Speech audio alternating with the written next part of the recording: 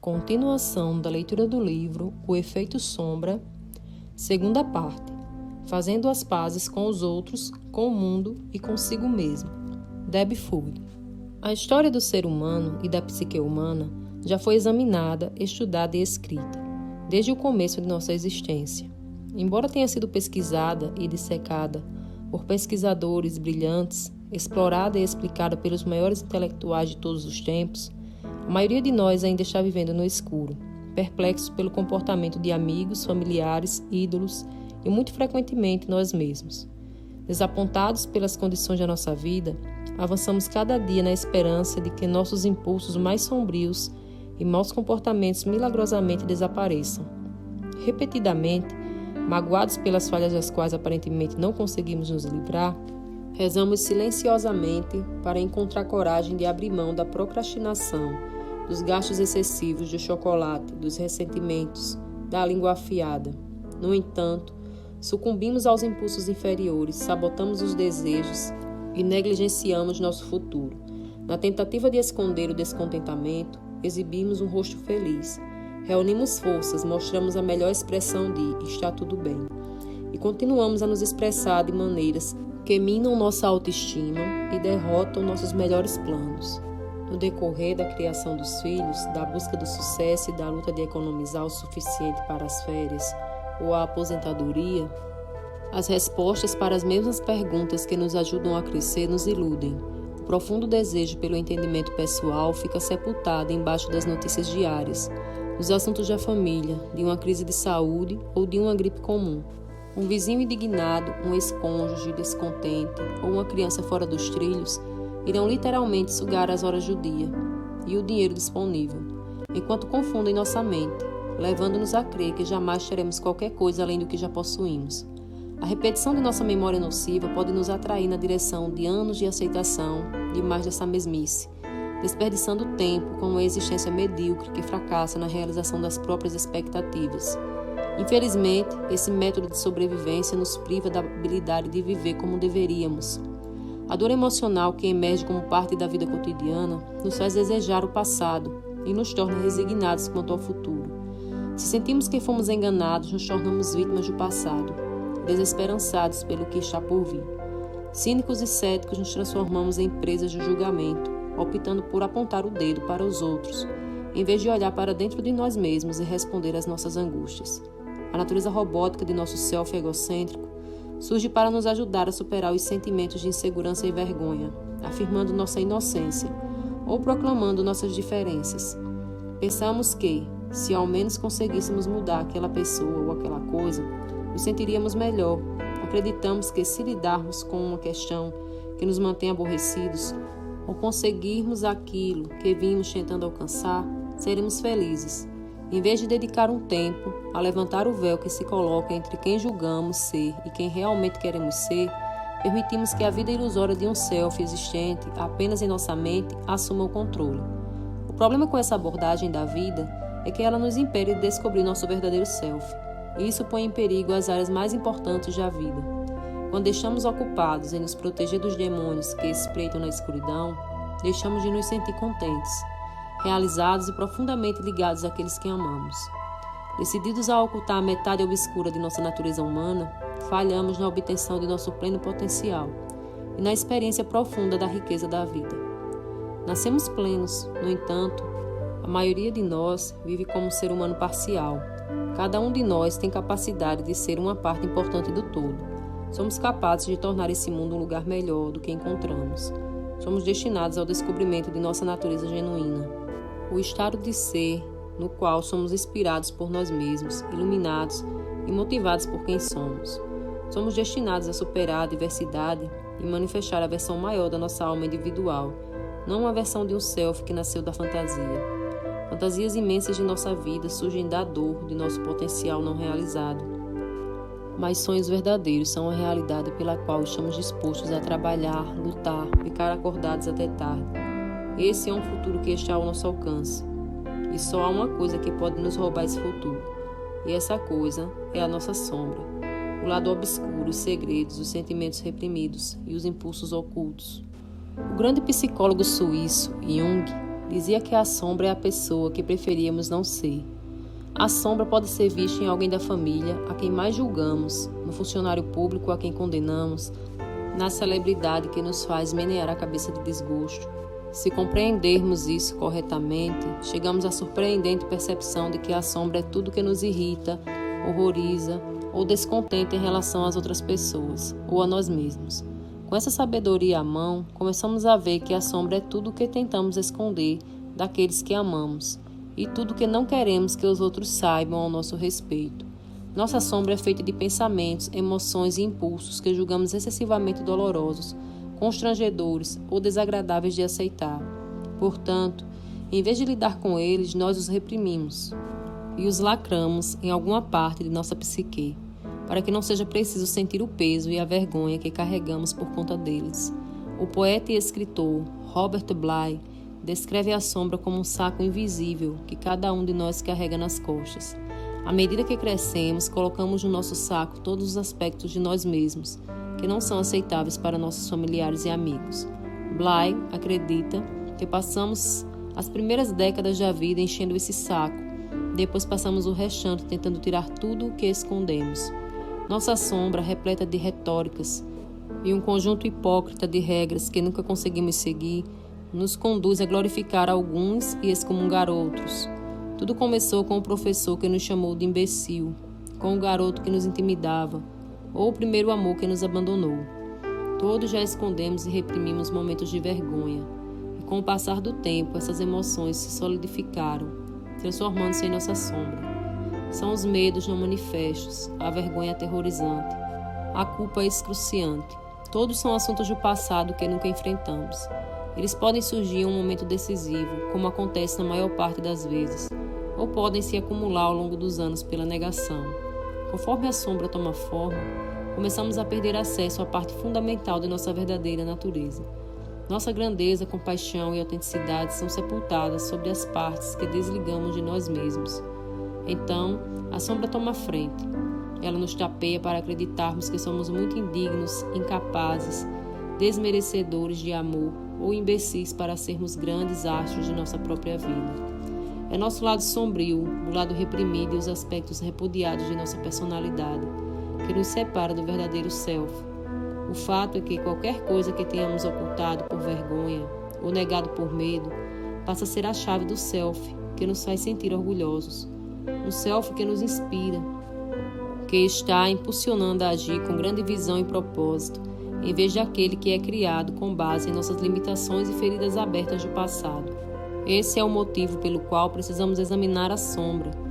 É por isso que precisamos desvelar e reivindicar nosso self pleno, nossa verdadeira natureza. Por isso temos de olhar para dentro e examinar os fundamentos de nossa vida, escondido ali há um marco, um molde, uma visão de self autêntico. O meu estudo da sombra começou na transição de uma pré-adolescente desajeitada para uma bela jovem adolescente. Confusa e sozinha, saí em busca de uma jornada que me adequasse.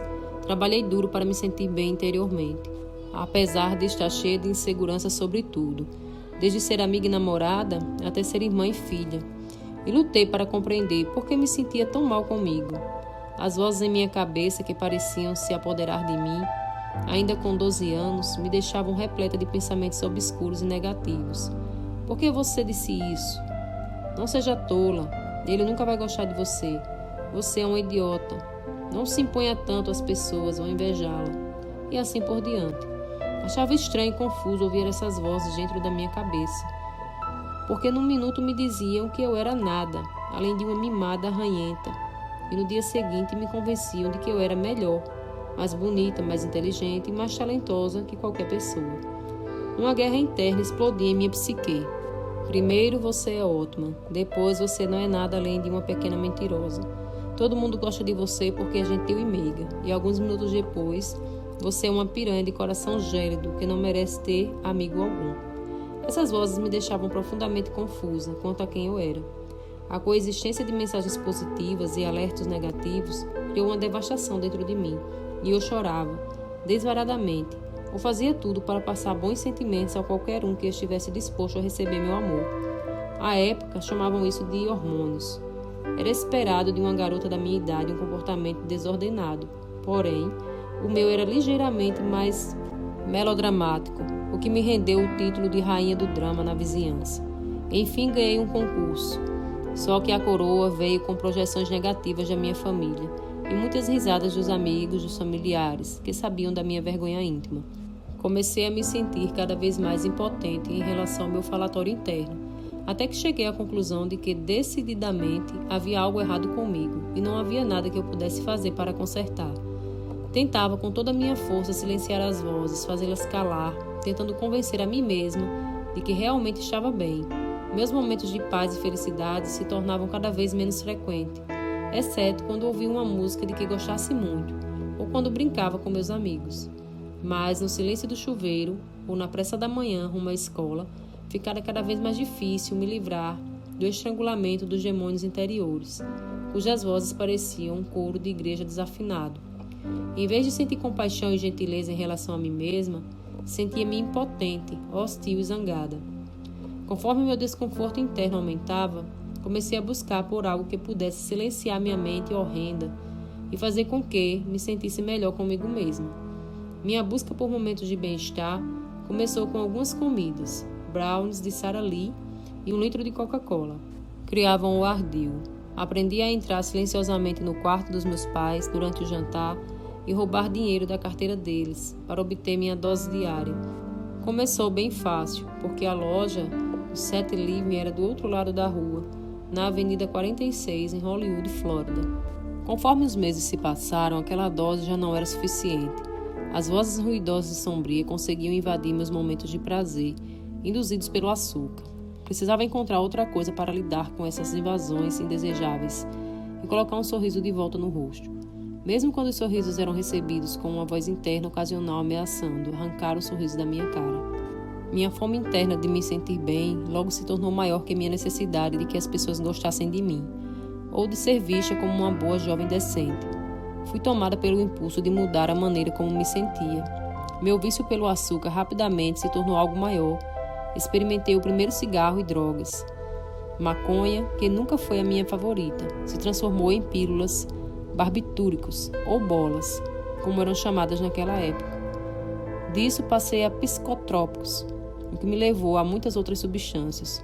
Enquanto me dava bem no uso de drogas para criar momentos de completa paz, o mantra de quase toda a canção popular daquela época, enraizei em minha jovem psique uma forma de pensar e agir que me convencia de que meu bem-estar dependia da busca de algo fora de mim que me fizesse sentir melhor. Com o passar do tempo, aprendi que os impulsos assustadores que frequentemente surgiam em meu comportamento não deveriam ser examinados nem expressados, mas ocultos e reprimidos, a qualquer custo. Devagar, deixei de ter qualquer semelhança com a criança inocente que havia sido e criei uma personalidade que exalava confiança e sucesso. Quanto mais eu brincava, na escuridão dos meus demônios humanos, mais forte era o impulso de esconder meus sentimentos de vergonha e indignidade. Comecei a compensar as minhas fraquezas, me tornando encantadora, amistosa, descolada e inteligente, com uma compreensão do mundo exterior. Apesar das minhas dificuldades terríveis na escola, por estar ocupada demais ouvindo a loucura da minha mente, em vez de escutar o que a professora dizia na aula, embrulhei-me numa embalagem de perspicaz e fingia ter opinião, sabendo de tudo, torcendo para poder enganar qualquer um, incluindo eu mesma, para acreditar que eu não era a irmã caçula imbecil de Linda e de Mike Ford. Observava o que as garotas ricas vestiam e implorava aos meus pais que me comprassem roupas de arrasar, ou encontrava um grupinho de garotas no shopping, nas manhãs de sábado, para roubar o que eu não tinha, de modo que ninguém descobrisse que eu era de uma família judia de classe média. Não achava legal ser uma garota judia, e já tinha ouvido minha cota de piadas sobre garotas judias. Então observava como as sheikhs da minha cidade, as belas meninas não judias, em geral louras, se comportavam e assumia aquelas características e comportamentos como parte de minha máscara cuidadosamente desenhada para esconder minhas falhas e imperfeições interiores. Era um jogo que eu nem sequer sabia que jogava naquela época. Se descobrisse algo sobre mim mesma que não fosse aceitável ao meu ego ideal, começava a buscar no mundo externo quem era aceitável, e com a sensibilidade de uma verdadeira artista esculpia uma nova versão minha, dando a ilusão de que eu era a pessoa que queria ser, em vez de aquela que temia ser. O problema era que, independentemente de quanto me pensasse pelo que me amedrontava ou envergonhava, no silêncio de minha mente eu sabia a verdade sobre quem era por baixo de minha máscara pública. Embora alguns pudessem ver através da encenação gloriosa que eu havia criado, para a maioria eu me tornara um ser humano bem-sucedido, porque podia enganar os que estavam ao meu redor. Iludia as pessoas para que acreditassem nas minhas dissimulações. Conseguia arrebanhar pessoas para minha vida feliz ao sorrir e contar minhas proezas do dia. Ou podia convidá-las para uma de minhas narrativas favoritas, Pobre de Mim, na qual interpretava a donzela aflita. De qualquer maneira, me tornei mestre em esconder, não apenas dos outros, mas também, ou sobretudo, de mim mesma. Não sabia quem eu era, ou o que realmente queria. Não sabia o que de fato me deixava feliz, ou o que me deixava vazia e isenta de emoções. Minha sombra estava no controle, apesar de achar em toda a minha arrogância que é eu quem estava no comando. O lado sombrio realmente tinha ganhado, até que minha personalidade começou a desmoronar. Assim como Hup Dup, que caiu por terra, quando cheguei aos 27 anos já tinha perdido minha personalidade de estou com tudo em cima. E estava aos prantos no chão de um centro de tratamento. Foi ali que fiquei cara a cara com a verdadeira Debbie Foote, com todas as suas falhas, fraquezas e qualidades deserdadas, assim como talentos, fortalezas e carências internas, profundamente ocultas. Foi ali que eu soube que era mais do que podia imaginar e que não era nada além de um dos 6 bilhões de seres humanos lutando para fazer as pazes com seu lado sombrio e as vulnerabilidades humanas. Foi durante esse encontro muito humilhante comigo mesmo que me comprometi a aprender quem e o que eu era e por que me sentia obrigada a fazer as coisas que eu fazia. Foi nessa época crucial que entendi a sombra humana e o efeito que ela tinha em minha vida e na vida dos que me cercavam. Não como uma teoria de livro, mas como uma mulher que lutava para lidar com os próprios sentimentos indesejados e profundas inseguranças. Levada por fortes sentimentos de solidão que surgiam pela falta de entendimento de quem eu era e por que estava ali, comecei minha jornada para me tornar íntima de meu lado obscuro, do meu self sombrio. Esse momento de ajuste de contas se tornou um catalisador para levar uma vida além do que eu podia imaginar. Isso me incentivou a estudar e dar importância não apenas ao meu próprio comportamento humano, mas ao comportamento de centenas de milhares de pessoas, a quem tenho tido o privilégio de conduzir a esse território do self rejeitado, e a gloriosa descoberta de uma vida ainda a ser vivida. Não foi a minha luz que me levou à sabedoria que compartilhei em meus 7 últimos livros, mas a minha batalha com o meu lado sombrio e a rendição final da guerra interior, é que foram meus guias e minha inspiração. Foi a própria escuridão de quem fiquei fugindo durante a primeira parte da vida, que agora é minha paixão, meu combustível para ajudar outras pessoas nessa jornada mágica através da psique humana, para viver à luz de sua maior expressão. É um chamado espiritual, uma voz superior que pergunta a mim e a você: você está pronto para embarcar nessa jornada e reivindicar seu eu completo, a luz e a escuridão, seu self, bom e seu irmão gêmeo perverso? Está pronto a recorrer ao amor do self verdadeiro, total e autêntico, em vez de continuar encurralado na angústia do julgamento de um ego humano desarticulado? Torna-se íntimo de sua sombra é uma das investigações mais fascinantes e frutíferas que você poderá fazer. É uma jornada misteriosa que o conduzirá ao descobrimento de seu self mais autêntico, um lugar onde você se sente à vontade com quem você é, ou reconhece suas fraquezas e seus pontos fortes, onde pode apreciar seus talentos, admitir suas imperfeições e admirar sua grandeza. Esse self que está escondido por baixo da máscara de sua personalidade humana é aquele que você ficará radiante em ser. Um self que sabe quem é e honra a jornada humana. Esse self que você descobrirá à medida que abraçar mais e mais seus aspectos ocultos, oferece a confiança para falar a verdade e buscar o que é, de fato, importante para você. É irônico que, para encontrar a coragem de levar uma vida autêntica, você terá que encontrar nos cantos escuros de seu self mais forjado.